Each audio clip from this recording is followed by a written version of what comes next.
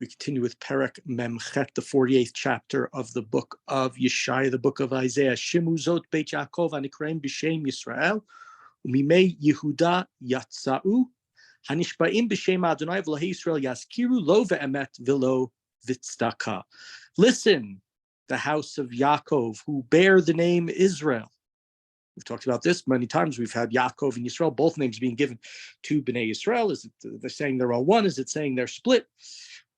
Who have come from the waters of Judah, those that swear by the name of God and mention the name of the God of Israel, though not in truth and not in sincerity. Me'ir hakodesh nikra'u v'al Elohei Yisrael nismachu Adonai tzvot shemo. Because what should you be? You should be aligned with the Ir HaKodesh, with Yerushalayim, and you should be dependent upon, you should be leaning upon the God of Israel, whose name is the God of hosts. But are you? Are you doing it sincerely? Harishonot me'az higadati u'mipi yatzu va'ashmieim pitom asiti v'tavona. Long ago, I told these things that are going to happen. They came from my mouth. I announced them. Midati ki kashata v'gid barzel arpecha u'mitzchachacha nechusha. I know how stubborn you are. V'yagid lecha me'az b'terem tavo hishmiaticha pen tomar atzbi asam ufsilei v'niski zivam. Right, and from a long time ago, I told you it was going to happen. This is one of the things that we've seen over and over again in the last number of chapters. God talking about how the predictions that he makes, as opposed to the idols, the statues, which cannot, of course, make these pronouncements about the future. Shamata chazei kulam va'atem halo tagidu. Hishmiaticha chadashot me'ata unetzurot velo yida'atam. You've heard all this, but can't you say that it's true? I've told you what's going to happen. The secrets that you didn't know.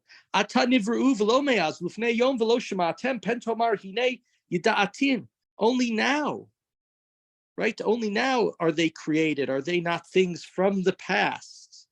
Things that you have not heard. And you can say, I knew them already. Gam lo shamata, gam lo yadata, gam me'az lo pitcha oznecha. Ki yadati bagod tivgod uposhea mi beten kore lach. Right, these things that I'm talking about, the things I predicted, the fact that you were going to get punished, the fact that in the future that you were going to be remembered by me and brought back to the land of Israel, both things that Yeshayah has spoken about, right? Your ears weren't opened for these things, right? I know how treacherous you are.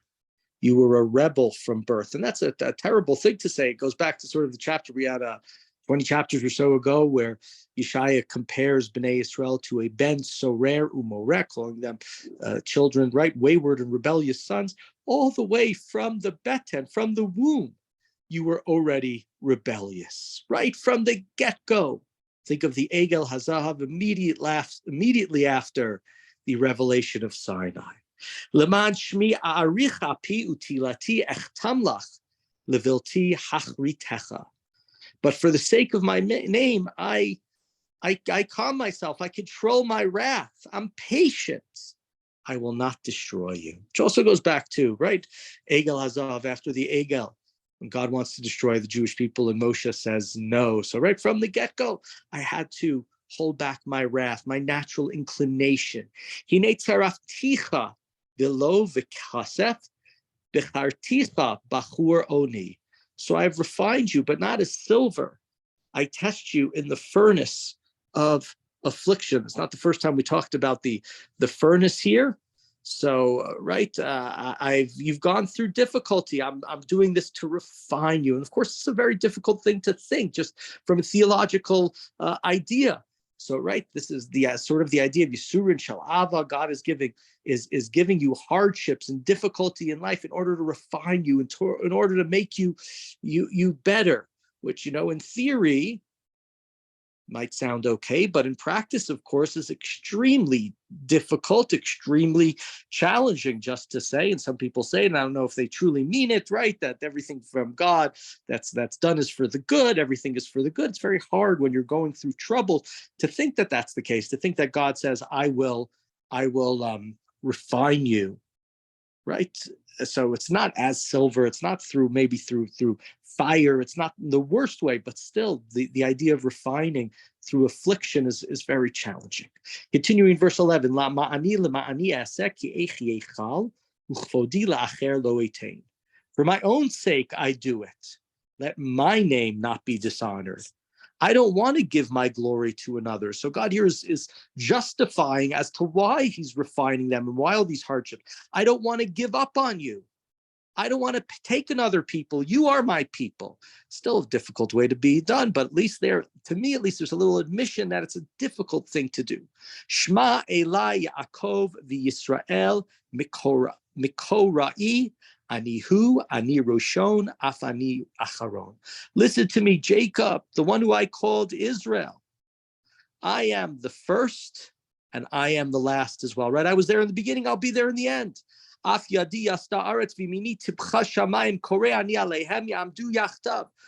the one who founded the earth. My right hand spread out the skies. I called up to them. Let them stand up. Let them be there. And again, and we've seen this a lot, God is the creator of the world, the creator of the heavens and the earth, there from the beginning till the end.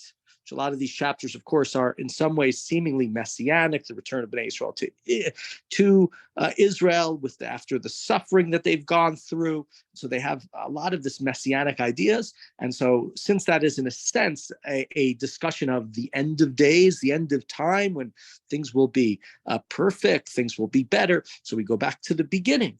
And that proves that if God was there at the beginning, God will be there at the end. He kabsu kulchem ushamu mi vahem higidet ela. Adonai ahevo yatzech cheftso bibavel uzroa kastim. So everybody gather together and listen. Who said that these things were going to happen?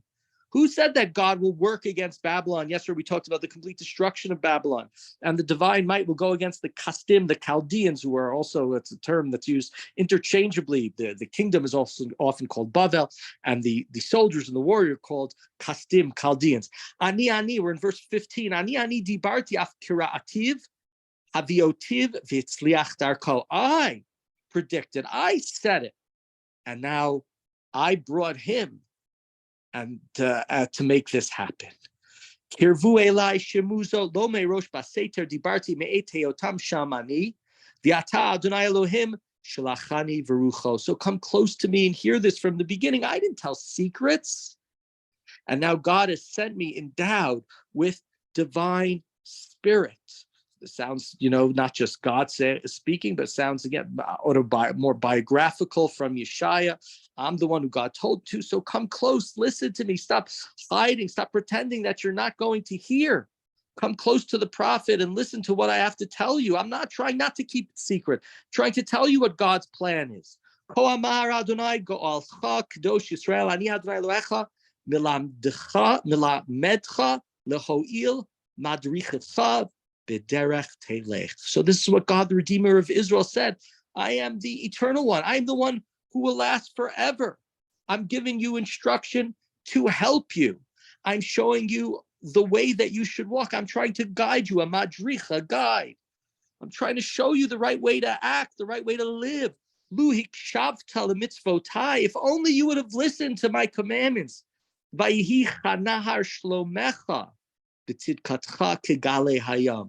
Then your prosperity would be like a river, would flow naturally, and your triumph like the waves of the sea.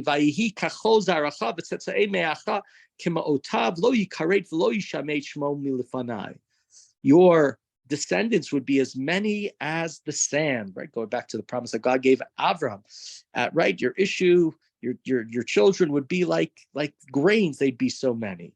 Your name would never be karet, would never be cut off or obliterated. So umi Bavel, birchumi kastim bekol rina.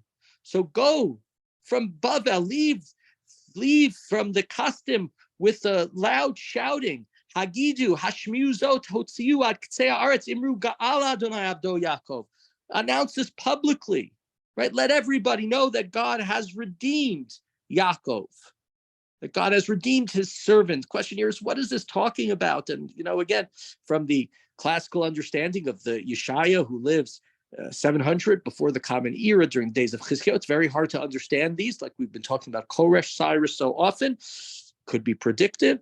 Easier to understand this is perhaps a second author, a second person, a second Yeshayah, as it were, who's speaking to the Jews following the destruction of the Beit HaMikdash, and after, maybe in the year 539, 538, 537, when the Jews were given permission to go back to Israel. And maybe they're not. They're staying in Bavel. We know from the book of Ezra that only 42,000 or so, with their sort of servants, about 50,000 went back, a small number. And so he's saying you should be joyfully leaving, go back. They have